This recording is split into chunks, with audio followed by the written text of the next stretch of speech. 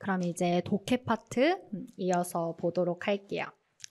자, 이제 독해는 우리 지난 시간에 한 지문밖에 안 봐가지고 그쵸? 그래서 여러분들이 아직 당연히 어떻게 읽어야 될지 어떻게 표시는 해야 될지 조금 감이 안 오실 텐데 절대 한 번에 안 돼요.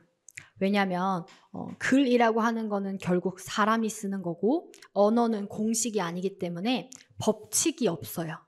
그러니까 뭐냐면 경험치를 쌓아야 되는 구간인 거예요. 사실 독해는.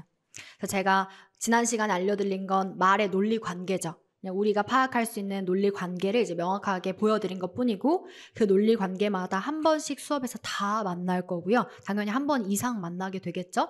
근데 절대 시험에서 어떤 논리 관계인지 알려주지도 않고 그 논리 관계를 아주 쉽게 파악할 수 있을 만큼 문장을 간단하게 주지도 않아요. 그러니까 다양한 지문들을 보면서 우리는 똑같은 그 심플한 논리 관계 틀로 보기 위해서 계속 경험치를 쌓아 나갈 거예요. 하루아침에 된다면 저도 한 몇 회 특강만 하고 안 해버리면 되죠. 그렇죠? 근데 이제 수업이 계속해서 독해 기본, 심화, 실전까지 있는 이유는 점진적으로 이렇게 다양한 논리 관계들을 보면서 결국 많은 케이스들을 만나봐야만 제대로 경험치가 쌓일 수 있고 결국에 궁극적으로 이제 시험장에서 여러분들이 스스로 어떤 지문과 어떤 난이도로 나오든 간에 일관되게 풀어낼 수 있는 그 실력이 생기게 되겠죠. 그래서 좀 여러분들이 너무 그 공부할 때 약간 도둑놈 심보가 되면 안 돼요. 그러니까 절대 한 번에 다 될 수 없어요. 여러분들이 하루아침에 저처럼 된다? 전 이 자리에 여기 없어야 돼요. 지금 그 무당이에요, 무당. 뭐 나온다고 알려주는 정도여야만 가능한 거죠. 그러니까 여러분들이 뭔가 잘 안 되고 답답하고 이런 거는 너무 당연한 거니까 조바심 내지 말고 욕심 내지 말고 매일 그냥 사고력을 조금씩 확장하는 그 연습 자체에 의의를 두는 게 굉장히 중요한 거예요. 그래서 특히 또 이제 불안할 수 있어요. 막 내가 한 생각이 맞나? 옳은 생각을 하고 있나? 아닌가? 이런 것들이 불안하실 수 있는데 제가 그 가이드를 드렸어요. 중요한 메인 포인트를 파악하는 게 결국은 우리가 해야 할 일인데 메인 포인트는 반드시 뭐 된다? 반복된다. 그쵸? 반복되지 않으면 메인 포인트가 아니에요. 그럼 내가 지금 하고 있는 고민이 그 메인 포인트, 반복되는 생각에 대한 고민이라면 좋은 고민이에요. 그걸 잡는 것에 대한 것. 근데 만약에 내가 반복도 안 되는 쓸데없는 막 단어에 꽂혔어요, 지금. 그럼 얘는 안 좋은 고민이에요. 그래서 언어 공부는 여러분들이 10시간을 공부한다고 해서 그 10시간 이꼴 10시간이지 않아요. 어떤 사람은 풀로 10시간을 공부하는 게 되고 어떤 사람은 1시간도 못한 거가 될 수도 있어요. 어떻게 공부하느냐에 따라서. 예를 들면 그러니까 이게 진짜 삽질하기 좋은 거예요. 왜냐하면 독해 지문에는 주제의 정답만 있을 뿐이지 내가 그 정답을 도출하는 그 과정에서 어디가 문제고 어디가 문제가 없는지는 알려주지 않거든요. 그래서 여러분들이 이 방향을 잘 체크하면서 공부를 하면 다 의미 있고 실력을 키우는 시간이 되는데 쓸데없는 거에 꽂혀가지고 다른 포인트를 고민하게 된다면 걔는 갑자기 독해를 제대로 하고 있지 않은 비효율적인 공부 시간에 들어가 버려요. 그래서 이 영어라는 과목이 참 삽질하기 좋은 과목인데요. 그래서 여러분들이 주의를 많이 하셔야 돼요. 굉장히 능동적으로 공부해야 되는 과목입니다. 그래서 여러분들이 이 고민하실 때 기준은 독해에서 메인 포인트를 파악하는 게 우리가 해야 할 일이므로 메인 포인트는 반드시 반복이 되기 때문에 내가 하고 있는 고민이 그 반복된 포인트들에 대한 고민이라면 충분히 좋은 고민을 하고 있는 것이고 그게 아니라면 아니다. 고민할 필요가 없다. 이런 이야기입니다. 학자가 되면 안 돼요. 공부하실 때. 그래서 예를 들면 철학 지문이 있는데 내가 그 철학 학파를 이해하려고 하면 안 돼요. 그냥 주어진 텍스트의 핵심 내용을 뽑아내는 것까지가 딱 끝입니다. 그래서 이해가 안 돼도 정답을 도출하실 수 있어야 돼요. 이해랑은 별개예요. 근데 막 내가 이제 공부하다 보면 막 너무 이해하고 싶어요. 답답하거든요. 뭔 소리인지 모르겠으니까. 그거는 철학과 가셔서 공부하시면 돼요. 그러니까 여러분들이 항상 그 독해 공부에 좀 경계를 좀 잘 정해주는 게 중요해요. 그래서 이제 또 오늘부터는 이제 본격적으로 지문들을 공부를 해갈 텐데 독해는 결국 정답을 알려주는 게 중요한 게 아니고 저처럼 여러분들이 결국 시험장에서 사고할 수 있게 되는 것. 시험장에는 저랑 손잡고 들어가는 게 아니라 혼자서 들어가실 거니까 그래서 혼자서 할 수 있는 방법을 알려드려야 해서 설명을 최대한 자세히 드릴 거고 그래서 많이 못 다뤄요. 한 강의. 지문은 많이 못 다루지만 그래도 양이 중요한 게 아니죠. 지금은 질적인 게 굉장히 중요한 시기이기 때문에 충분히 해야 되는 고민은 하면서 좀 정리해 주시면 좋겠고 조바심 내지 말고 계속 이 반복되는 어떤 본질을 좀 잘 볼 수 있도록 하면 좋겠습니다. 자, 그리고 걱정하지 않으셔도 될 게 12월 파이널까지 이렇게 계속 똑같은 원리로 아주 수백 개의 지문들을 보게 될 거예요. 자, 보도록 합시다. 첫 번째 문장부터. 자, 여러분 우리 첫 번째 문장부터 세 번째 문장 사이에 제가 뭐 해야 된다 그랬을까요? 메인 포인트를 잡아야 된다 그랬고 메인 포인트는 뭐죠? 키워드 플러스 중심 내용이에요. 그쵸? 자, 그래서 키워드 체크하고 내용 파악할 건데 키워드는 변하지 않는 것, 중심 내용은 변할 수 있는 그 반이어가 있는 그런 속성적인 말들, 형용사나 보통은 부사가 거기에 많이 해당이 됩니다. 자, 보면 첫 번째 문장에 all the effects which science produces are the outcome of the knowledge it provides. 자, 이런 거 하려고 문법 배운 거죠. 해석 정확하게 하려고. 자, 그러면 해석하면 과학이 만들어내는 모든 효과들은, 그쵸? 과학이 만들어내는 모든 효과들은 are the outcome of the knowledge. 지식의 결과예요. 어떤 지식의 결과? 이시 받아오는 거 대명사. 과학이 제공하는 지식의 결과가 되겠죠. 여러분 이거 둘의 관계가 어떻게 되죠? 과학이 만들어낸 결과니까 걔는 과학의 결과죠. A. 그 다음 뒤에는 과학이 만들어내는 지식의 결과예요. 자, 형태는 다르게 쓰였지만 논리적으로 얘네가 같은 장치네요. 과학의 결과, 지식의 결과. 맞나요? 과학의 결과, 지식의 결과. 이게 지금 제가 논리적으로 패러프레이징을 맞춘 거예요. 자, 과학의 모든 결과는 다 어디서 나온다? 지식의 결과이다 라고 이야기를 하네요. 자, 그러면 A와 B의 관계, 즉 과학과 지식의 관계가 어떻게 되죠? A는 B에서 나온다. 그래서 A, 화살표 B로 정리했습니다.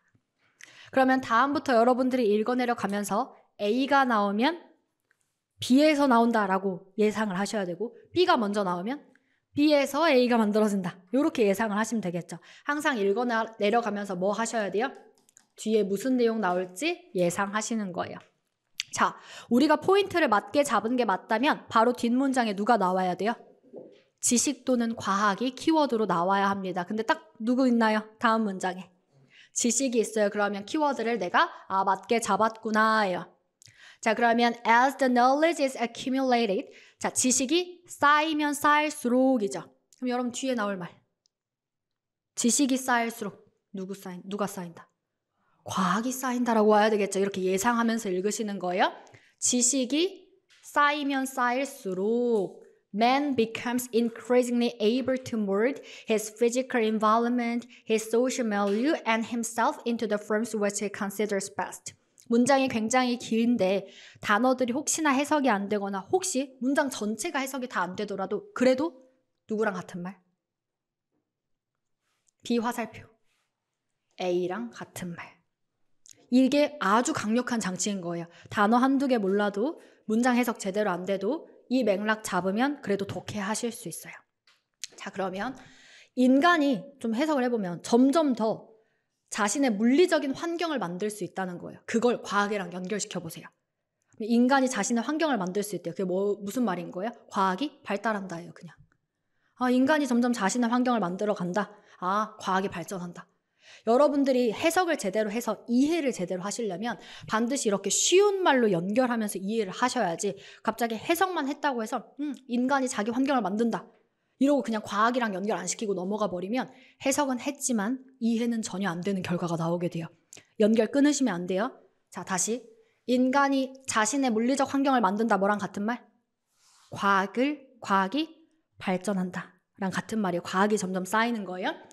His social milieu, 이것도 이제 사회적인 환경을 이야기하는 건데 단어 어려워도 그런 좀 physical environment, 물리적 환경이니까 social milieu 비슷하게 사회적 환경이겠죠. 그냥 대충 그렇게 막 정확하게 해석하지 않으셔도 돼요. 어쨌든 간에 뭐랑 같은 말이니까 과학이랑 같은 말이니까 과학이 발전한다. 그 다음에 자기 자신을 그가 생각하는 최고의 형태로 만든다 이꼴 과학을 발전시킨다. 계속 얘랑 같은 말이에요. 자, 그럼 다음 문장 봅시다. 자, 그럼 정리를 하면 여기죠. 이 두 번째 문장도 지식이 쌓일수록 따라서 뭐 한다? 과학도 발전한다. 그죠? 요렇게. 그럼 세 번째 문장 봅시다. Insofar as he is wise. 여러분, 그가 똑똑함, 현명하면이에요. wise는 A 쪽이에요, B 쪽이에요? 지식이 많은 게 wise인가요? 과학이 발전한 게 wise인가요? 지식이 많은 게 wise인 거 맞나요? 그럼 A랑 B 중에 얘 누구예요? B인 거예요. 근데 여러분 wise하다는 것은 지식이 뭐 하다는 거죠? 좋은 거예요, 안 좋은 거예요? 현명한 거니까. 그쵸? 지식이 좋은 지식이 잘 쌓인 거죠. 맞나요? 그래서 제가 B 플러스라고 한번 체크를 해볼게요. 즉 지식이 플러스하면 그럼 여러분 뒤에 나올 말 B 나왔으니까 A 과학도 색깔 뭐하다? 플러스하다. This new power is beneficent. 과학도 우리에게 이롭대요. 플러스하대요. 여러분 세미콜론은 접속사 대신 쓰는 거거든요. 앞문장이랑 뒷문장이 연결되어 있다는 뜻이에요. 그럼 플러스 나왔으면 뒤에 세트 누구도 나올까요? 마이너스도 나오겠죠. 그래서 뒤에 insofar as he is foolish. 그럼 얘는 뭐가 마이너스한 거? 지식 B가 마이너스하면. 그럼 B가 마이너스하면 당연히 누가 뭐 한다?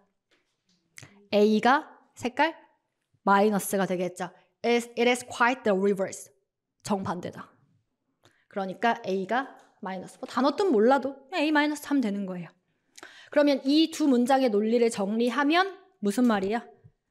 지식이 좋게 쌓이면, 좋은 지식이 쌓이면 과학도 좋은 방향으로 발전을 하는 거고, 지식이 잘못된, 좀 나쁜, 부정하게 쌓이면 어떻게 되는 거예요? 과학도 부정하게 발달하겠죠. 이 얘기가 들어와 있는 거예요. 정리될까요? 그런데 뭐가 변하지 않죠, 여러분? B, 화살표, A가 변하지 않는데 거기서 뭐만 더해지고 있냐면 지식이 증가할수록 과학도 발전하고 지식이 그게 좋으면 과학의 결과도 좋고 지식이 부정하면 과학의 결과도 안 좋아 이거죠. 맞아요? 지금 이렇게 똑같은 B 화살표 A의 내용이 점점 자세해지고 있는 거예요. 글을 읽어 내려갈수록. 다음 문장 봅시다. If therefore, 따라서 If a scientific civilization is to be a good civilization. 여러분, 과학적인 문명이 좋은 문명이 되려면 여러분 과학 A예요, B예요? 과학 A죠. A가 색깔이 뭐 하려면? 플러스 하려면 여러분 뒤에 예상. B가 먼저 뭐 해야 돼요? 플러스여야 돼요. 화살표는 뒤에서 앞으로.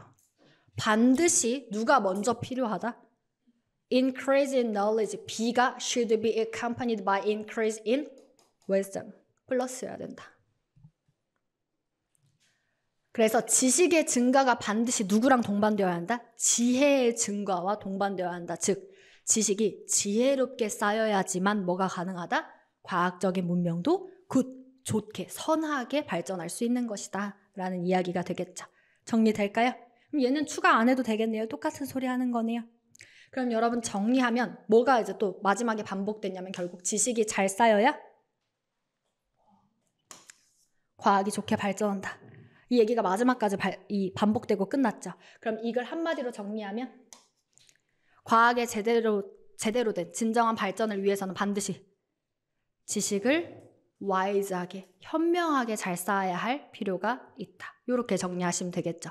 즉 한마디로 요약하면 B, 화살표 A. 그리고 조금 더 추가하면 B가 플러스해야 A도 플러스하다. 한국말로 정리하면 지식이 지혜와 함께 발전해야 과학도 좋은 과학으로 발전할 수 있다. 뭐 이렇게 한국말로 정리하시면 되겠죠. 정리될까요? 자, 이렇게. 만약에 이제 선택지에서 이 지문을 가지고 문제가 나오면 막 A 화살표 B로 바꾸고 뭐 A 플러스 화살표 B 마이너스 막 이렇게 섞어버리거나 막 이런 식으로 해서 다양한 선택지를 만들어서 여러분들한테 정답이 맞는지 물어보는 건데 무조건 과학에 따라 지식을 알 수는 없어요.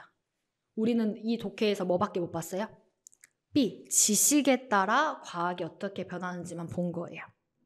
맞나요? 그래서 제가 이런 식으로 말하면 틀려요. Knowledge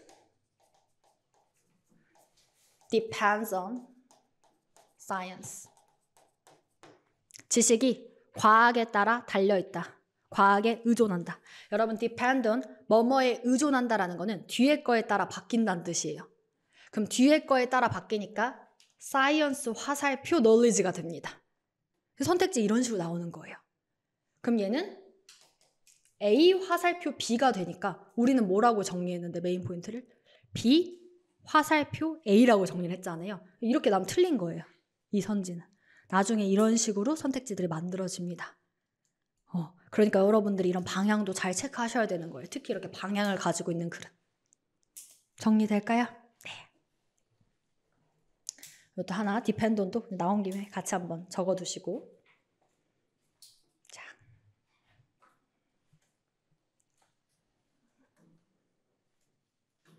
그래서 이런 디펜던이 왜 의지하다가 갑자기 저 화살표가 돼요? 이거는 이해가 안 되면 이미지가 잘 안 잡혀 있는 거.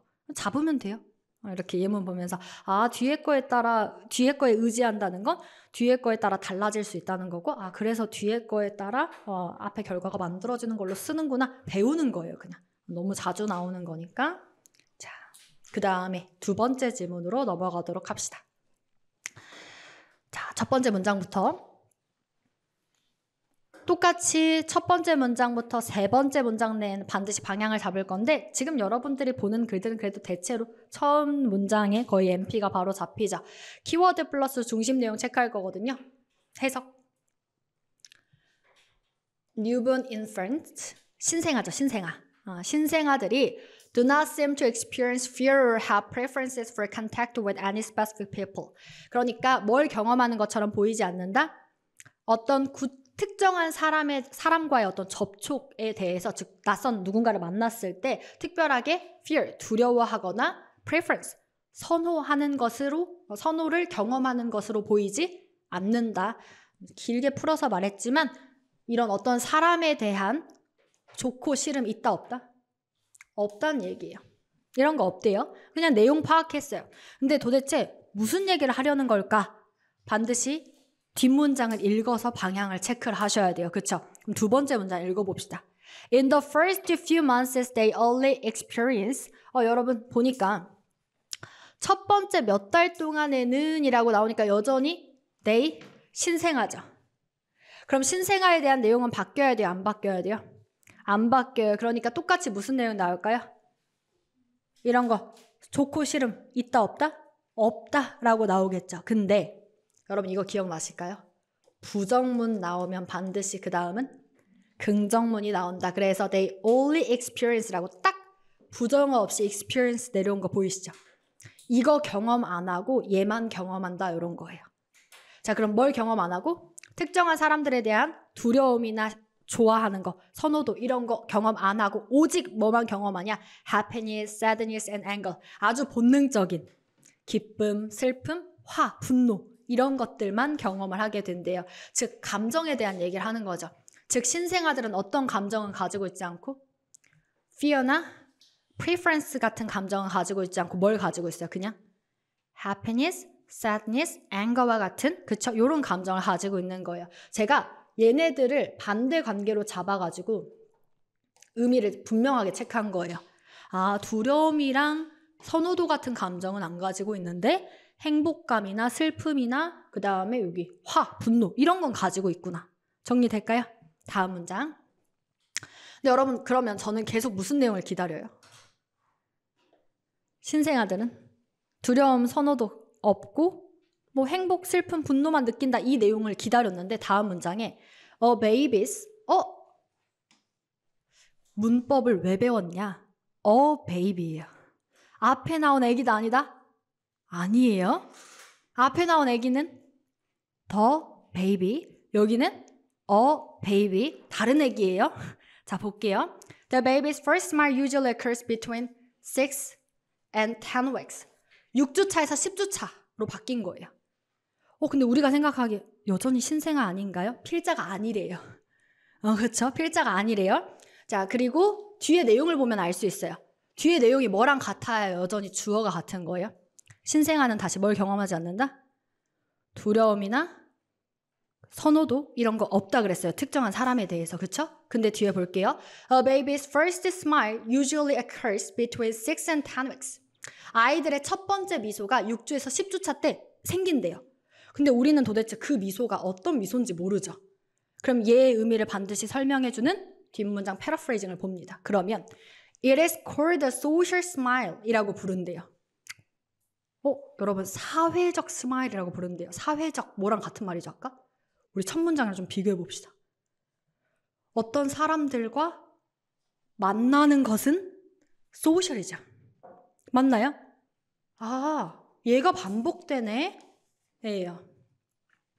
그러면 첫 번째 문장에서는 신생아들은 분명히 사회적인 거에 대한 판단 돼요, 안 돼요?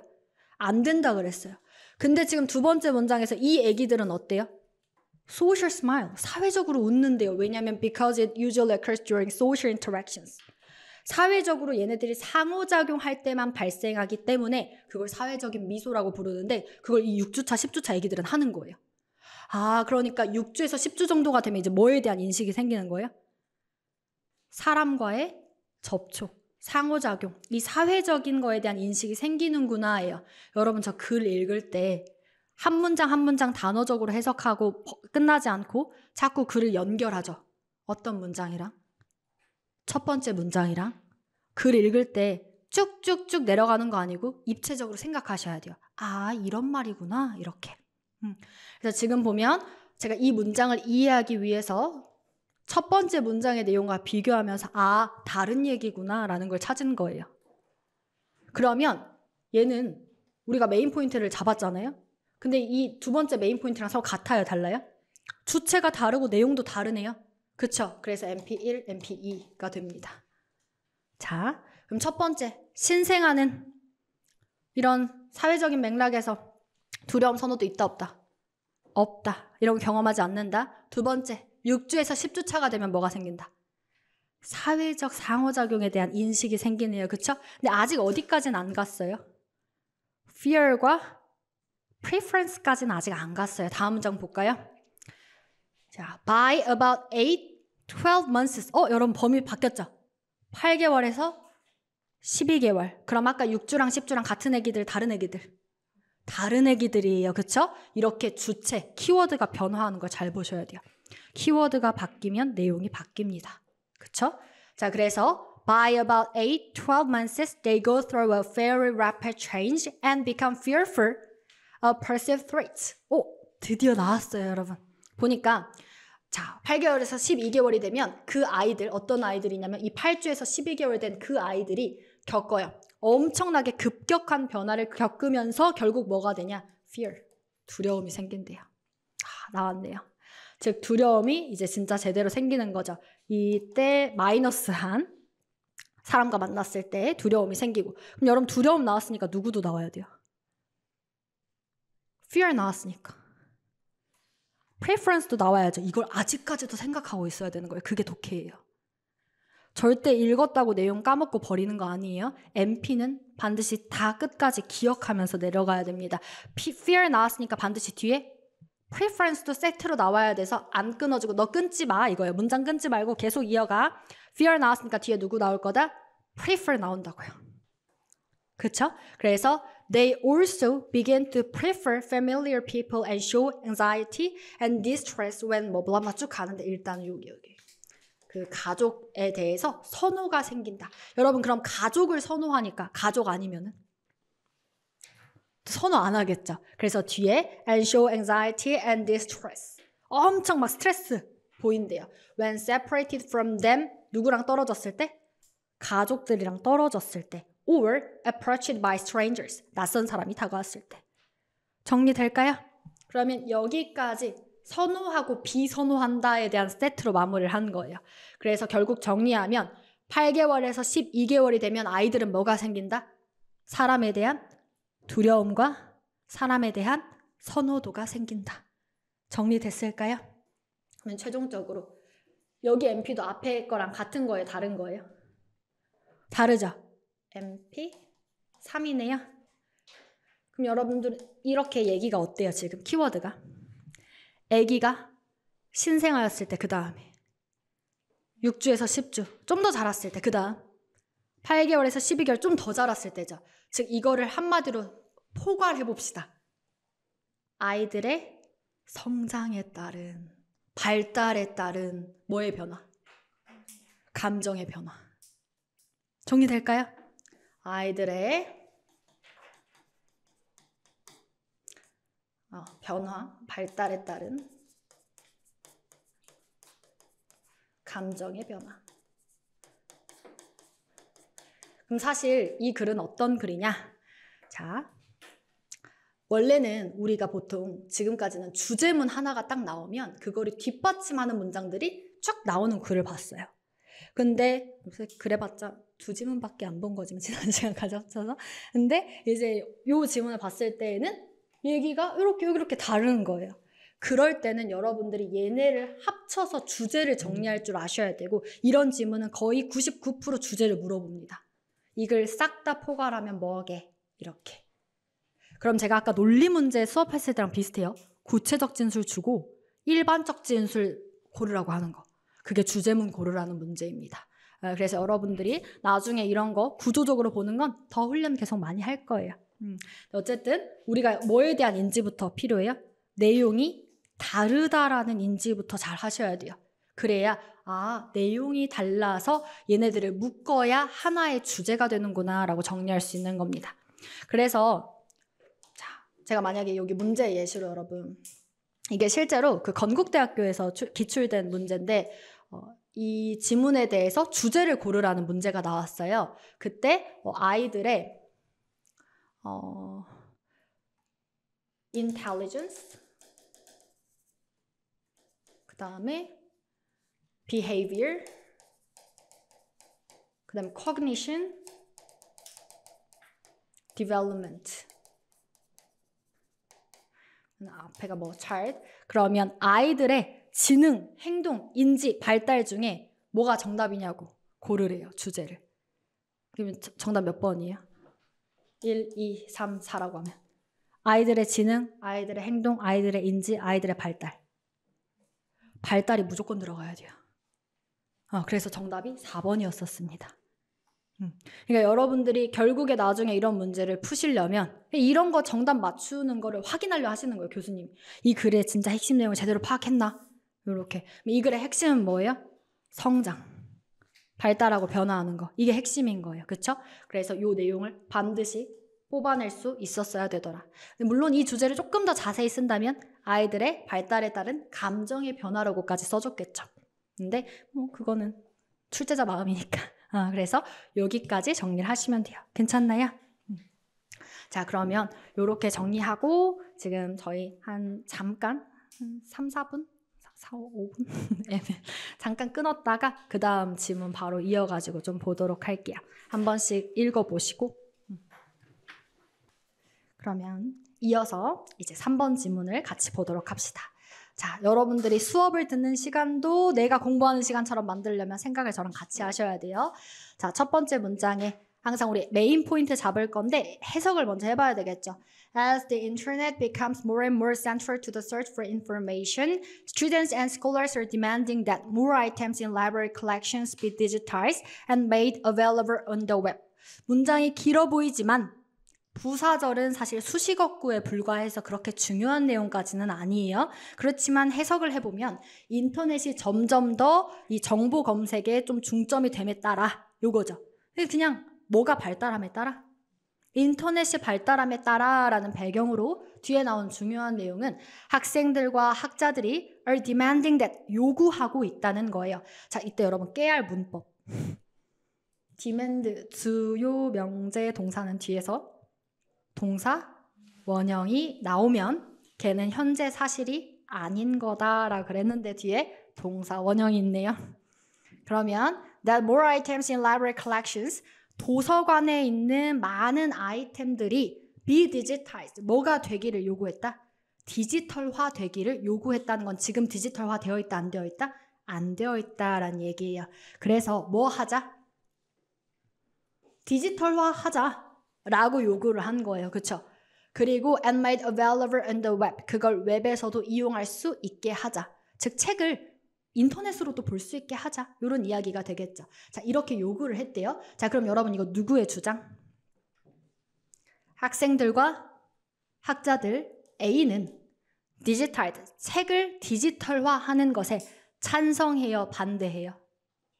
찬성한 거죠. 그러면 제가 찬성은 플러스 색깔로 체크를 한번 해볼게요. 근데 여러분들이 만약에 A를 체크 안 하셨더라도 다음 문장을 보면 반드시 돌아와서 A를 체크했었어야 합니다. 왜? also 이렇게 나오죠. 그러니까 뭔가 library directors가 나왔다는 건 입장이 서로 이제 또 키워드가 바뀌었잖아요. 그렇죠?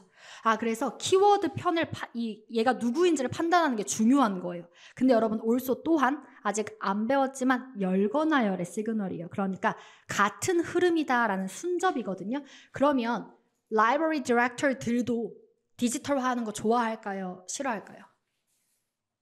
얘네들도래요. 얘네들도 찬성하는 거죠. 그러면 키워드는 다르지만 저 똑같이 누구 편으로? 같은 A로 볼 거예요. 그쵸? 그래서 여러분들 이렇게 주어가 바뀌었을 땐 같은 편인지 다른 편인지 체크할 줄 아셔야 돼요. 근데 여기선 같은 편인 걸 누가 알려준다? also가 알려준다. 이런 얘기가 되겠죠? 그래서 library director들은 also see this method of preservation as a perfect way. 그래서 이러한 보관 방식, 어떤 보관 방식? this는 앞에 내용 받아와요. 앞에 나온 거 어떤 보관? 디지털화해서 보관하는 거. 디지털화하는 그 보관 방식을 뭐라고 생각해요? perfect way 색깔? 플러스 완벽한 방식이라고 생각을 해요. to provide more service for less money. 돈 덜 들이고 서비스를 제공하는 데 있어서. 괜찮나요? 근데 여러분 다음 문장에 many library directors 여전히 누가 나왔어요? A가 나왔죠. library director들이 나왔어요. 근데 얘네가 out of touch with the librarians라고 돼 있는데 librarian이 앞에 나온 적 있나요? 안 나왔죠.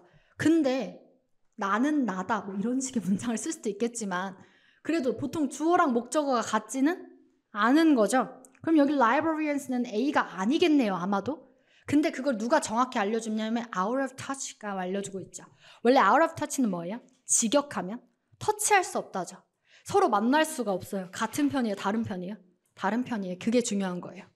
A와 B의 관계는 다시 같다, 다르다, 화살표밖에 없어요. 같은 편, 다른 편, 인과관계 뭐예요? 다른 거. 그래서 A와 B는 다르다라고 할 겁니다. 그러면 여러분 예상할 수 있어요? 디렉터들은 뭐에 찬성했죠? 디지털화하는 게 찬성했죠. 라이브러리안 사서들은요? 찬성하지 않는 거예요. 그래서 뒤에 누가 나오냐? However. 그러나 librarians B는 찬성한다 안 한다? 안 한다. 그래서 caution 경고예요. 뭐라고 경고하냐? That digital preservation 디지털 보관 방식은 is not without its faults. 자 여러분 이중부정. 결함이 없는 건 아니다. 바꿔 말하면 결함이 있다. 그래서 색깔 뭐다? 마이너스다. 내용 바뀐 거 맞죠? 그쵸? 내용 바뀌었어요. 그럼 여러분 여기서 요렇게 대조가 되는 거예요. 누구랑 누구랑? 학생, 학자, library director 이들은 디지털화하는 거 찬성하는데 누구는? librarian 사서들은 반대한다. 찬성하진 않는다. 요렇게 체크를 하시면 되겠죠? 다음 문장 봅시다. 그럼 여러분 이거 중요한 메인 포인트면 반드시 뒤에서 뭐 되어야 해요? 반복되어야 하니까 뒤에도 무슨 얘기 나와야 돼요? 디지털화? 색깔? 마이너스 이야기 나와야 되죠. 좋지 않은 이야기 나와야 돼요. 근데 뒤에 Many small libraries do not have the budget to provide equipment and personnel needed to undertake such a project. 그러니까 많은 작은 그런 도서관들이 예산 자체가 없대요. 뭐 할 수 있는? 그런 디지털화를 하기 위한 장비를 갖출 수 있는 돈 자체가 없대요. 그러니까 돈 없으니까 한다 못한다? 못한다는 거예요. 자, 그래서 이게 그러니까 이렇게 디지털화하기 어렵다. 그냥 같은 얘기로 읽는 거죠. 디지털화하기 어렵다. 괜찮나요? 그럼 여러분 다음 문장에 근데 또 however이 나오죠. 그럼 여러분들이 이렇게 생각할 수 있어요. 자, however이 앞에가 동그라미 마이너스니까 뭐가 나올 거라고 생각할 수도 있겠어요. 여러분들이. 여긴 동그라미 플러스였어요. 여긴 however니까 다시 동그라미 플러스가 나오려나? 하고 뒤로 확인하셔야 돼요. 왜? 제가 한번 첫 수업 때 however, but 이런 대조들은 반드시 전체 역접으로만 쓰지는 않는다라고 그랬어요. 세부 역접도 있고 양보도 있어요. 읽어볼게요. 뒤에 technologies are changing so quickly that files preserved today in one format will not be usable with future format. 여러분 읽어보면 기술이 너무 빠르게 변화해서 파일들이 오늘날의 그 한 형식으로 보존된 파일이 그게 이용할 수 없을 수도 있대요, 미래에는. 즉 디지털화를 기껏 해놨는데 기술이 너무 빨리 변해서 얘를 더 이상 나중에는 쓸 수가 없어질 수도 있대요. 이거 기술에 대한 좋은 얘기예요? 안 좋은 얘기예요? 안 좋은 얘기죠. 그러면 여기도 여전히 색깔이 뭐인 거예요? 동그라미 플러스가 아니라 마이너스죠. 근데 왜 however 썼을까요? 앞에는 마이너스 중에서 어떤 마이너스? 돈 없다. 뒤에는 어떤 마이너스? 기술을 이용 못할 수도 있다. 서로 같은 마이너스, 다른 마이너스, 다른 마이너스, 마이너스 1, 마이너스 2. 이럴 때도 however를 쓴다는 거예요. 그러니까 however 나오면 냅다 뒤가 더 중요한 게 아니에요. 그쵸? 물론 여기선 필자가 더 중요하다 했으니까 뒤가 더 중요한 건 맞지만요. 그건 however 때문이 아니라 more important 때문이에요. 그쵸? 그래서 그러나 더 중요한 건 기술은 너무 빠르게 변화한다는 것이다. 여러분 제가 so that 구문에서 뒤에 대절은 사실 부사절이고 앞에 so quickly가 1차 정보, 주절이에요. 그러니까 뭘 강조한 거예요? 기술이 너무 빨리 변화한다. 즉 기술의 마이너스 한 점을 지적한 거예요. 다음 문장. 그럼 여러분 마지막까지 뭐 나오고 끝나야 돼요? 이제 기껏 한 문장 남았는데. 동그라미 색깔 마이너스 나오고 끝나겠죠? 뒤에 볼까요? If paper documents are scanned and discarded, our heritage will be lost forever. 여러분 이게 볼까요? 자, 여러분 앞에 것까지 무슨 얘기했죠?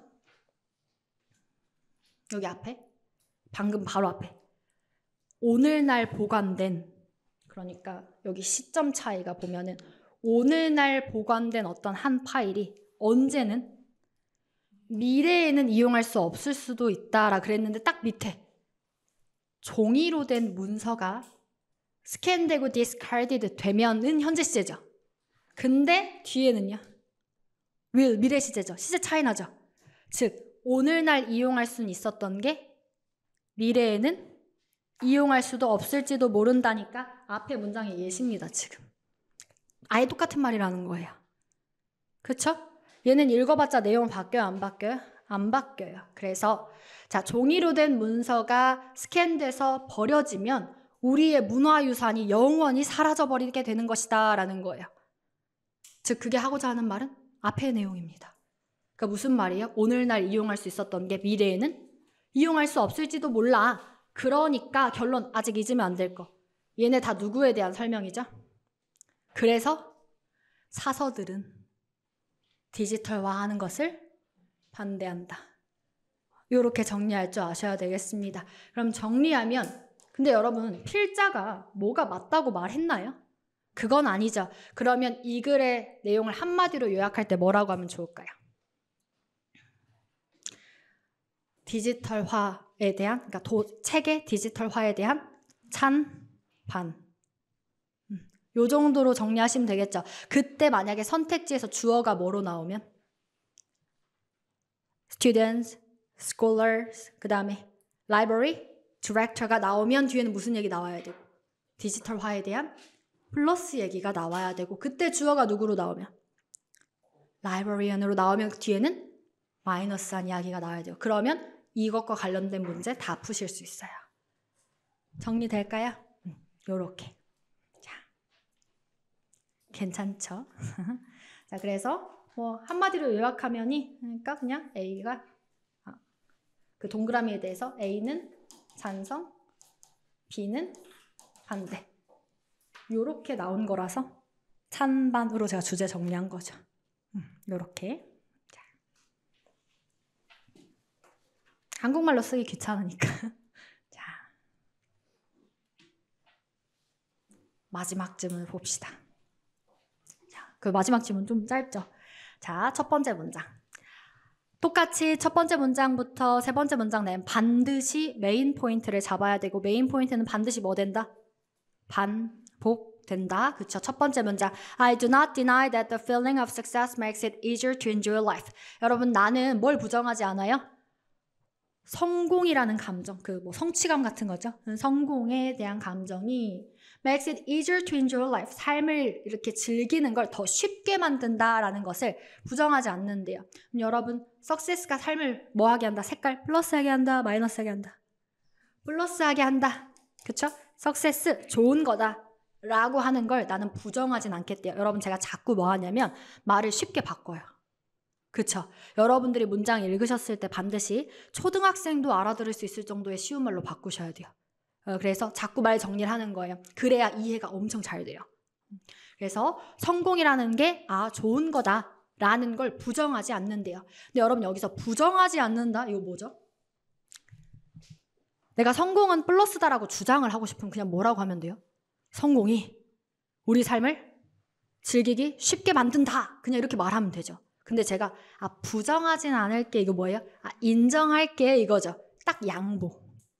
그래서 한 발 딱딱 뒤로 물러서 맞아 그거 맞는 대해야 되겠죠. 그래서 꺾일 거 준비하고 계셔야 돼요. 분명히 필자는 성공 플러스인 거 맞는데 아니라고 할 거예요. 그 준비하고 있다가 일단은 그 전까지는 쭉 봅시다. 그 전까지는 무슨 얘기? 성공에 대한 색깔 플러스 이야기가 나와요. 그래서 뒤에 보니까 페인터가 나오네요. 화가죠. 여러분, 문장 간의 관계. 화가가 who has been obscure throughout his youth. 젊었을 때는 무명이었대요. 갑자기 구체적인 일화를 들죠. 이거 뭐예요? 예시. 예시예요, 예시. 그러면 예시는 내용 바뀌어요, 안 바뀌어요? 안 바뀌고 앞문장에 대한 예시이기 때문에 똑같이 성공 색깔 플러스 이야기로 나옵니다. 그래서 여기 혹시 해석이 잘 안 돼도 지나가셔도 무방합니다. 그쵸? 예시니까. 어차피 똑같은 얘기니까. 하지만 해석을 해보면 화가는 who has been obscure throughout his youth. 젊었을 때는 내내 뭐였다가? 무명이었다가 is likely to become happier if his talent wins recognition. 그의 재능이 인정을 받으면, 즉 성공하면 뭐 할 수 있다? 행복해질 수 있더라. 즉 인정을 받는다가 뭐예요? 성공한다는 거죠. 그러면 뭐 할 수 있다? 행복해질 것이다. 예시로 든 거예요. 즉 성공이라는 거는 뭐다? 좋은 거. 맞아. 나 부정은 안 해. 이거죠. 맞긴 맞아. 다음 문장에 nor. 여러분 또한 병렬이죠. 이것도 부정 안 한대요. nor do I deny. 부정어 도치 일어난 거죠. nor do I deny that money up to a certain point is very capable of increasing happiness. 나는 부정하지 않아. 인정할게. 이번엔 뭐가? 돈이 어느 정도까지는 뭘 할 수 있다? 행복을 증가시켜 줄 수 있다라는 거 나 인정할게. 돈 많을수록 어느 정도는 행복하지. 근데 여러분, 여기서 필자가 범위를 나눴어요. 어느 표현으로? 어느 정도까지는 이라고 잘라버렸죠. 그러면 어디까지는 플러스면 그거 넘어서면 마이너스란 얘기가 드디어 나오는 거예요. 그래서 뒤에 보면 beyond that point라고 나오죠. 근데 그거 넘어서면 I do not think it does so. 나 그렇게 생각 안 해. 그쵸? 그러니까 여기서 세미콜론이지만 생략된 접속사는 but입니다. 그쵸? 그러나 그걸 넘어서면 나는 그렇게 생각 안 해. 즉 꼭 돈이라고 하는 게 뭐인 것은 아니다? 플러스인 건 아니다. 근데 여러분 여기서 주의할 것. 이 글 돈 마이너스라고 하면 될까요? 안 될까요? 안 돼요. 왜요? 뒷문장 때문인데 여기서 함부로 판단하면 주관 개입입니다. 자, 여기서 아직 필자는 그냥 그렇게 생각 안 해까지만 말했죠. 그러니까 항상 글은 끝까지 읽어야 되는 거예요. 일단 이 뒤에를 보면 여기 처음에 나온 게 What I do maintain, 내가 주장하고 싶은 건 뭐냐면 is that success can only be one ingredient in happiness. 그러니까 성공이란 무엇이다? 성공이란 돈이랑 똑같은 거죠. 동그라미는 오직 행복에 있어서 한 가지 요소밖에 안 된대요. 그럼 여러분 요소가 아니라는 게 아니죠. 그쵸? 그러니까 이렇게 가면 돼요, 안 돼요? 안 돼요. 필자 인정했어요, 분명히 앞에서. 행복에 있어서 누구도 필요하다? 석세스도 필요해요. 근데 여러분 얘는 한 가지에 불과하다는 건 얘 말고 뭐도 있다? 다른 요소도 있다는 얘기죠. 그럼 이 논리는 앞으로 기억하세요. Not only A, but also B 논리입니다. not A, but B 논리랑 달라요. 자, not A, but B는 A가 아니고 B라는 거고 not only A는 A도 맞는데 B도 맞다는 거예요. 그래서 만약에 나중에 선택지에서 성공이 행복에는 필요 없다고 나오면 틀린 거예요. 그렇게 선지를 만들거든요. not only 논리에서는. 자, 다시 여기서 나온 문제의 논리는 뭐다? not only A but also B 논리입니다. A뿐만 아니라 B도 필요해. 물론 B를 강조하는 거예요. 그렇지만 여기서 자꾸 not only A but also B 논리에서 문제로 막 선택지에서 이렇게 나와요. A는 아니다. not A로. 근데 not A랑 not only A는 달라요. 그쵸? 얘는 A 맞다는 거예요? 틀리다는 거예요? A도 맞다는 거예요?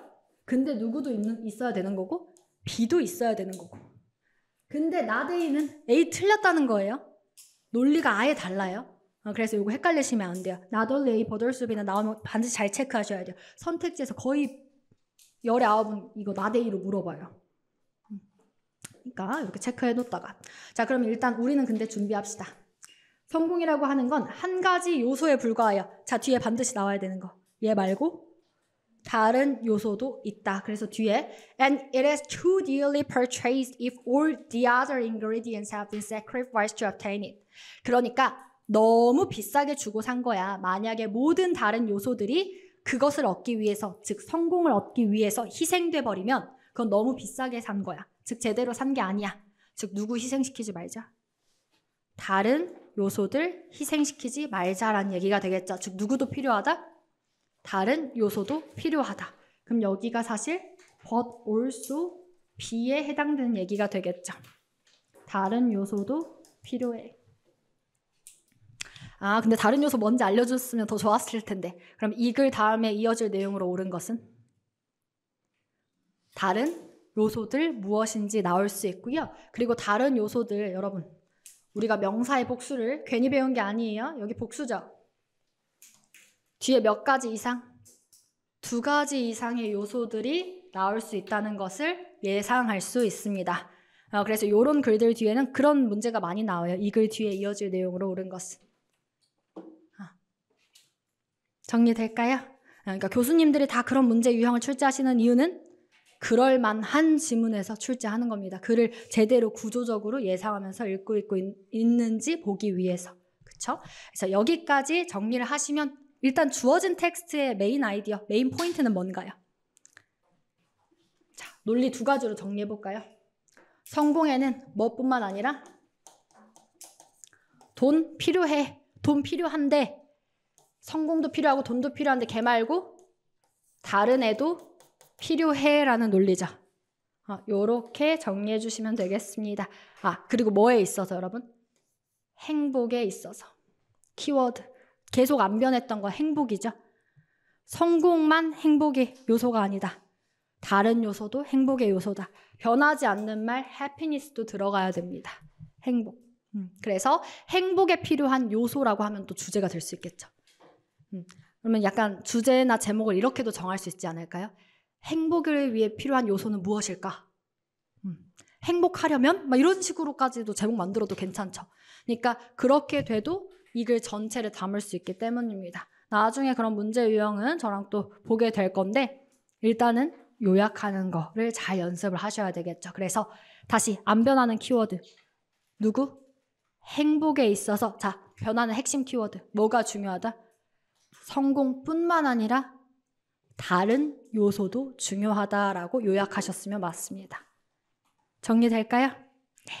여기까지 정리하시면 돼요. 그러면 이제 여러분들이 이제 글을 읽으셨을 때 사실 기호라고 하는 것은 정답이 있는 게 아니에요. 수학은 기호 틀리면 틀리죠. 근데 이 영어에 쓰는 기호는 제가 이 여러분들의 논리를 좀 잘 알아보고 생각을 일관되게 읽어가기 위해서 체크하라고 하는 거예요. 그러니까 막 너무 강박을 가지면서 꼭 어디에 체크해야 된다 이게 아니라 큰 흐름의 이 내용 포인트가 맞으면 맞아요. 그러니까 처음에 봤을 때 이 글은 성공이나 돈을 포인트로 잡으셨어야 됐겠고 그게 행복과의 관계를 잡았는데 거기서 반드시 이제 꼭 체크해야 되는 논리 not only A but also B. 성공뿐만 아니라 뭐도 필요하다? 다른 요소도 필요하다. 이 포인트를 꼭 체크하셨어야 됐겠고 그 다음에 조금 나아가서 심화 뒤에 이어질 내용 다른 요소들도 나오면 좋겠네. 이 정도까지 사고를 확장할 수 있으면 아주 잘하신 겁니다. 그래서 여러분들이 이 지문을 이제 다시 복습하실 때 오늘 수업 끝나고 수업이 끝나고 지문을 복습을 하든 숙제를 하고 이제 해설지를 통해서 공부를 하고 그 다음에 복습을 하든지 복습은 꼭 필요한 과정이에요. 여러분들이 하루 끝나고 복습하는 건 뭘 위해서? 내 기억을 일단 붙들기 위해서 한번 꼭 정리하셔야 되고 다음날 일어나면 가장 먼저 할 일은 복습이에요. 특히 전날 공부한 독해 지문은 반드시 복습을 해주셔야 됩니다. 왜냐하면 복습 안 하면 내 습관대로 읽어요 또. 그러니까 여러분들의 체화를 하려면 인지가 먼저 되어야 하거든요. 아 맞아 나 글 이렇게 읽어야지 이렇게. 그 다음에 글을 읽어야 조금이라도 적용하면서 보는 거지 그냥 갑자기 냅다 지문 주잖아요. 거의 99% 원래대로 읽어요. 내가 원래 하던 대로. 그래서 여러분들이 자꾸 의식해야만 고쳐지거든요 이게. 그러니까 항상 공부의 시작은 복습부터인데 복습하실 때 해석 복습 아니에요. 독해 사고과정 복습하는 거예요. 그러니까 나 이미 꺾일 거 알고 있어도 모르는 척 해야 돼요. 모르는 척하고 이 지문 처음 봤다 생각하고 처음에 나 이거 부정 안 할게. 양보네. 꺾일 수도 있겠다. 준비해놓자. 일단 석세스 플러스라고 얘기하네. 예시 들고 똑같고 5월이니까 똑같고 근데 어느 정도까지만 플러스래. 뒤에서 꺾이겠다. 비욘드 꺾이네. 이 과정을 그대로 복습하면서 그럼 얘는 not only success but also other ingredients라는 얘기구나. 이렇게 정리하실 수 있어야 돼요. 그래서 이 과정이 사고 과정을 복습하셔야 여러분들이 새로운 지문 만났을 때도 그 자세로 읽게 하는 거예요. 정리될까요? 그래서 복습도 굉장히 중요해요. 그래서 오늘 수업 여기까지 하고 이런 식으로 제가 수업에서 지문 분석하면서 계속 사고의 틀을 만들어 나갈 거예요. 확장을 시켜갈 거고. 그래서 오늘 수업 내용 끝나고 꼭 바로 복습하시고 그 다음에 또 나머지 이제 숙제 지문들 해보면서 연습 많이 하시면 돼요. 생각하는 것 자체를 습관 들이는 게 지금 중요한 거예요. 정답보다. 그래서 습관부터 먼저 잘 들이세요. 또 다음 지문은 다음 시간에 보도록 합시다. 오늘 수업은 여기까지 할게요. 수고하셨습니다.